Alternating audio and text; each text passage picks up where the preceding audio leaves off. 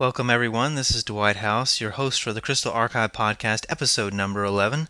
This was recorded on July 9th, 2007.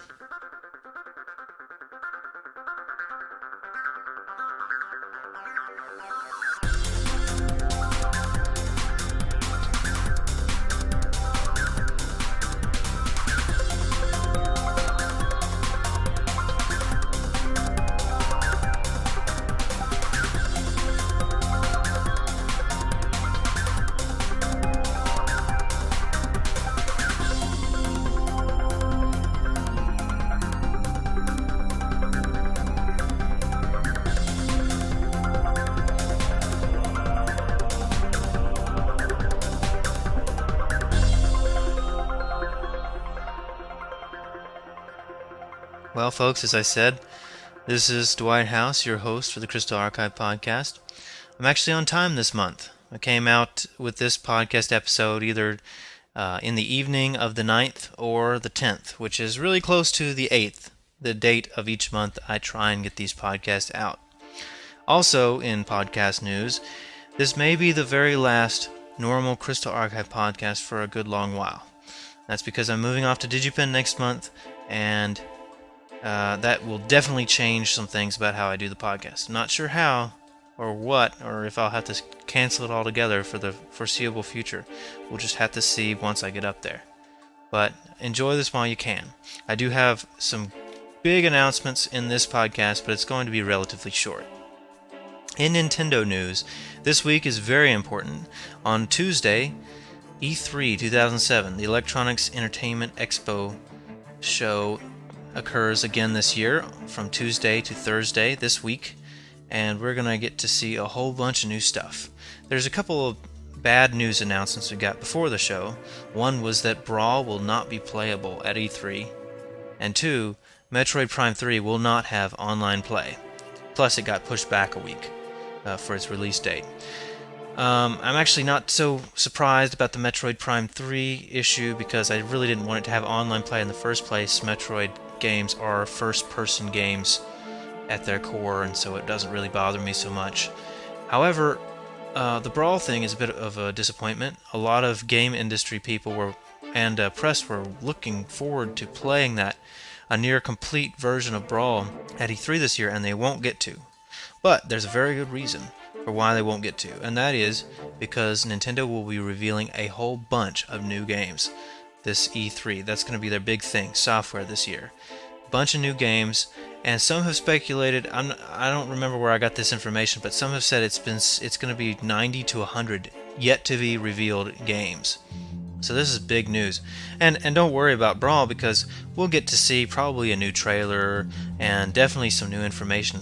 Hopefully a release date at E3. They just won't get to play it. But we'll probably get to see a lot more about Brawl tomorrow and the next day.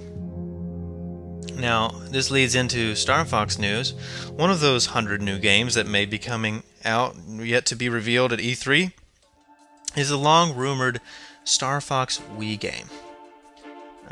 We'll just have to see about that, but I'd say the chances are really good considering the controller setup and how they've several industry professionals inside Nintendo and close to Nintendo have already talked about such a game and how easy it would be to create and how much fun it would be. Also, on the official Brawl website, which has been updating pretty much every day since it was redesigned and released a few months ago, there's been a Star Fox themed level revealed, and it's called Lilat Cruise. You fight on the back of a Lilatian cruiser named the Pleiades, which I believe is named after a Greek god or goddess. I looked it up a few weeks ago, but I can't remember. And the platforms you see fighting, and you can see the stage at the very end of the second trailer, but they did a full expose and showed a lot more of the level. And basically, what you're fighting on is the very tail end. You're fighting on the various engine parts, but the ship is really long. It stretches out in front of you. And the ship, it goes through various parts of the Lilat system as you're fighting. It goes through Meteo, the asteroid field. It goes into the Cornerian atmosphere and over the Cornerian cities. and it goes through some space battles, which could either be in Sector Y or in the atmosphere of Corneria, like in the beginning of Assault. And it probably goes to even more places. Like I said, Sector Y. It looks like it might be at Sector Y, but I'm not sure. And we'll get to see more about that later. But Star Fox themed levels already been revealed, and they've already talked about Fox a good deal on the Brawl site. So check out the Brawl site for a good deal of new Fox McCloud in Brawl news. And I've also talked about that news on StarFoxOnline.net, some of the latest posts, entries. So just check those out, and you'll see the latest on Brawl in relation to Star Fox. And let's get to the Krystal news. One of the new things that they revealed in Brawl, a new item, is called Assist Trophies. And these are kind of like the trophies you had in Melee. You can collect these different trophies that have different characters. But in this case, they're an item in battle, and when you use them, a random character from some Nintendo universe will pop out. And they have two examples so far. A Paratroopa, which throws hammers. Paratroopa, something like that. Some Koopa throws the hammers. Hammer Bros, that's it. And he throws the hammers at your enemies. And also Samurai Goro, who is from F-Zero. And he comes and attacks with his samurai sword and stuff like that. And anyway, so these, and you can't control them. They're non-playable characters, but they're going to significantly increase the number of actual characters in the game, even though you're not actually able to play with them. So I say this actually increases the chances of Krystal being in Brawl slightly, but it may turn out that Krystal is a non-playable character instead of a playable one, like I know we all want. Considering the creator's comments about reducing the number of clone characters, I'd say that Krystal has a better chance of being in Brawl this time as Falco, because Falco was, I mean, for the most part, he fights in a very similar manner as Fox McCloud. So Krystal would add a good deal of unique fighting abilities and weaponry to the Brawl battle. So we'll see, but regardless, she has a better chance now. It may be 50% chance that she'd be a non-playable assistance character, and then a 50% chance that she's a playable character, out of the 90% chance that she's going to be in Brawl altogether. So keep an ear out this week throughout E3, looking for Krystal and Brawl and any other Star Fox news. If there's gonna be something, you can probably find out about it first on GoNintendo.com, one of the best Nintendo news blogs out there. And if I hear anything about Krystal, I'll try and be the first one to let you know on the new Krystal Archive. And let me talk about that. The transition to the Krystal Archive version 3 is in progress right now. I've set up the new site. It is at crystalarchive.dwightdesign.com, and it's WordPress based. It has its own theme. It's got the new Krystal theme that I've been developing over the past few weeks. And it all works very well. I've made sure that there are no errors, and so far as I can tell, there's only two slight glitches. And one is that mainly on one page, the main fan art list, you go to page 1, 2, 3, 4 of the list. The page itself is divided into 4 parts. That's to help you, preventing your browser from crashing from having too big of a table. But if you try, there's a breadcrumb trail at the top left of each page that tells you what section you're in, and if you click the breadcrumb trail to go back to the main fan art list home page part, it will fail, and I'm still trying to figure out that one. Otherwise, everything works correctly except for Internet Explorer 6 will not display the rounded corners correctly. So on Internet Explorer 6, well, the Krystal Archive is very blocky right now, but it's the best I can do. Upgrade to IE7, or better yet, Firefox, Opera, or even my new favorite, Safari. The browser I use on my Mac is now available to you on Windows. I highly recommend it. Although it's still in beta right now, it's definitely going to be great by the time they release an official non-beta version. In relation to the fan art section, I've completely finished it. I've updated it with all the latest art. I've added about 190 new fan arts I had stored up, and corrected a few issues with missing fan art, and moved my fan art that was removed from DeviantArt because of an issue and put it in the hosted section. So my fan art is now in the hosted section, along with a couple of new ones, which I call Krystal demotivational posters. You know, you've seen those demotivational or motivational posters all over the internet for various things. Well, I've made my own based on Krystal, and that started as a topic on the KLA, and I've just added a few more, and they're designed to be as biting and mean-spirited as possible. It's hilarious. So check those out. It's in the hosted section of the fan art section. The last time, or the time before that, Foxbird22 offered to help me with the fan art section, and I agreed. And after I had asked for some volunteers, and this morning, in fact, I've told him most of the how I create the lists with my Perl script and all that stuff, and it took a little while, but he's got most of the stuff down, and he's going to be taking over the fan art section pretty soon here. All I have left is to show him how to find new art, and then we'll have a new fan art guru on the Krystal Archive. He's already got a user account in WordPress and everything. It's going to be great. I'm going to even have him do the posts. I think he's going to do the posts for the new fan art. Whenever we get like 10 or so new fan arts, he's going to make a post on the main page so you can see the latest stuff before we have a chance to update the main list. Let's see, the articles section. The articles section is what I tackled first, and it is almost done. I only have about 2 articles to transfer, and of course the site map, which is a listing of all the pages on the website. I'm not going to finish the site map until I finished all the other pages. Obviously, I needed something to link to, and there's no point in creating a page with all these links that don't go anywhere. So I'm going to not create the site map until I'm ready for it. But otherwise, the entirety of the rest of the article section should be done either today or early tomorrow. So check that out. And I'll have to add some. I've got about 3 new articles in research and development stages right now, and I'll have those up as soon as I can. I gotta write them up. And then there's the rest of the sections: the images, the videos, the fan art. I mean the fan fiction, and the audio sections. I need to get all those done. Plus the podcast. I really need to get the podcast section up because I've got these new episodes every month, and well, people aren't even going to know about this one except that I tell them on the home page. So whenever I get the podcast section up, I'm going to add a little player in the page so you don't have to go over to audio and everything. So I hope y'all will enjoy that. And also, I've been thinking about, and I probably will do this, I'll be moving the Fanfilms section out of the video section because it's really a fan work thing, and I'll be moving it and giving it its own sidebar item. So from the home page, you'll be able to get to the Fanfilms section, and I've got a whole bunch more of those fan films just waiting for me to finish, and I can do it quick. I just have to write a small Perl script and get it up there and going, but I have at least 8 new ones to give you guys, so as soon as I can get to that, I will.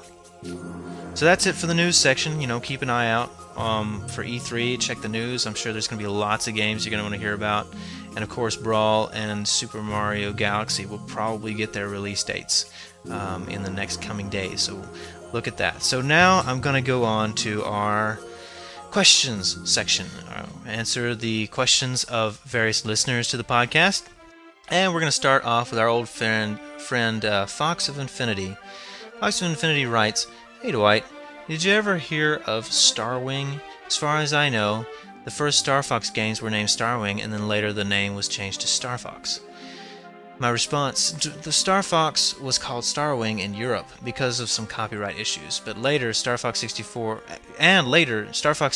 was released as Lilac Wars over there in Europe. However, the copyright expired or something, or they bought it in Europe, so that's taken care of, and now in Europe and everywhere else, Star Fox is known as Star Fox. Mr. Munster writes, "Hey, this is A. Munster.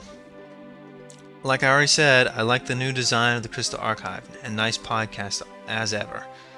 Thanks for your email, and I'm going to keep working on the design." And I have. I finished. I pretty much finished. By the time I get a chance to read this, it's already done.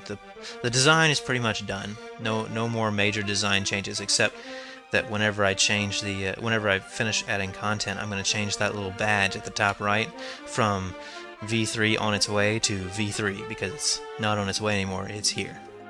The next question or comment is from Lucas Rainforth. Lucas writes, Is there anything about Krystal's parents and where she originally lived? We don't really know anything about her parents. Many people think Krystal is descendant from royalty because of her intricate clothing and her staff, and the fact that she's the only survivor of Serenia. As for Serenia itself, we don't know anything except that it was either destroyed or made uninhabitable. Some people think that Andros was responsible, but I don't think so. I have too many issues with that theory. Also, it's probably a very warm planet, considering Krystal's choice of clothing and adventures. But that's really all we know and all we can speculate about. dbard716 writes, in the Future of Krystal article, you say that Krystal may use her staff again as long as it wasn't destroyed in Assault. What happened in Assault that would make you think it was destroyed? My response was, as far as we know and can see, Krystal doesn't use her staff at all when she's on the missions in Assault. She probably, and unless she had it in her R-Wing, it was probably going to be in the Great Fox, which of course was destroyed at the end of Assault during an attack on the Aperoid homeworld. So that's why we think the staff may actually be destroyed. I personally hope it's not. I hope she had it like with her on the R-Wing or something. Someone, an anonymous poster on the Krystal blog before it was integrated into the Krystal Archive. By the way, I have put every single Krystal blog post into the Krystal Archive, and I need to format the links once I create the content where it's supposed to be, but otherwise the entirety of the blog, all 75 or so posts, are in the Krystal Archive version 3 now. So he says, this anonymous person wrote, I think you should change the catchphrase celebrating everyone's favorite blue fox to celebrating everyone's favorite blue vixen. Then the redesign would be perfect. My response is, done. It's already done. And that's what I took that suggestion and have integrated already into the version 3, and it's online right now. So it's not everyone's favorite blue fox, although that was the original phrase. We changed it to vixen to be more specific. Let's see. Krystal Fan 625 writes, hey Dwight, you're doing a great job with the archive and podcast. You have been looking for someone to help with fan art. If Foxbird can't do it, I'll be happy to fill in. As a response to the email about the voice in one cutscene, I think the voice may have just been some garbling sound made by all the Krazoa. Anyways, there is something I want to comment about the podcast. Maybe in a future episode, you could record the podcast with one of your listeners talking as well over Skype. You know, kind of like a special guest. I think this would bring some popularity to your podcast. And my last comment is, do you have a favorite Star Fox command ending? Like what they should follow if they do a game what they should do if they make a game after a command. Which one would be your favorite ending for that? Personally, I like ending 5. What do you think? And keep up the great work. Thanks, Krystal Fan. As far as the special guest thing, that might be a possibility in the future, but right now, there's a serious issue with the quality of audio through Skype, not to mention the problems with finding a good time to schedule for both of us. And I did interview someone. On episode 9, part B, I interviewed Kat the Leopardess about her Krystal cosplay outfit, and that worked great. But we both had, we were both recording ourselves at both ends, and it was a serious amount of editing to get it all together. And you would not believe how many times we had to sit there and I say, okay, I can do it now, and then I couldn't. So we sent about 20 or 25 emails back and forth trying to find a time where both myself and her, both of us, was available to do the podcast. So for now, that's not going to really be a possibility. And I'll probably only have special guests very rarely. As for my favorite command ending, I like all the endings where Fox and Krystal get back together, but specifically when they stay as Team Star Fox. It's kind of sad that they couldn't raise their son Marcus while still being on Star Fox team. So as long as Fox and Krystal are together and the Star Fox team is still in existence and Fox and Krystal are still on it, I'd be happy. And that's about 3 endings, so any of those 3 endings is probably fine. The girl ending with all the girls who beat the boss, or the ending with Krystal coming back to Fox and them making up together, making kissing and making makeup and all that. I like all those endings. I don't like the ending where she turns into Cursed. That's just... I don't really like to see Krystal being vengeful at all. That really kind of disturbs me a little. Well, that's all the questions I have for now. If you would like to ask a question or have a general comment for the Krystal Archive Podcast Episode 12, should it ever happen, just send me an email, dwighthouse@gmail.com, and I'll be happy to answer you and answer on the podcast and reply back in the email. It may take me a little time to do either one of those things, but I'll be sure to get back to you as soon as I can. And so look forward to the E3 news this week, and also watch as I reconstruct the Krystal Archive from its very bare bones to a better than ever site. This is Dwight House, and this has been the Krystal Archive Podcast, episode number 11.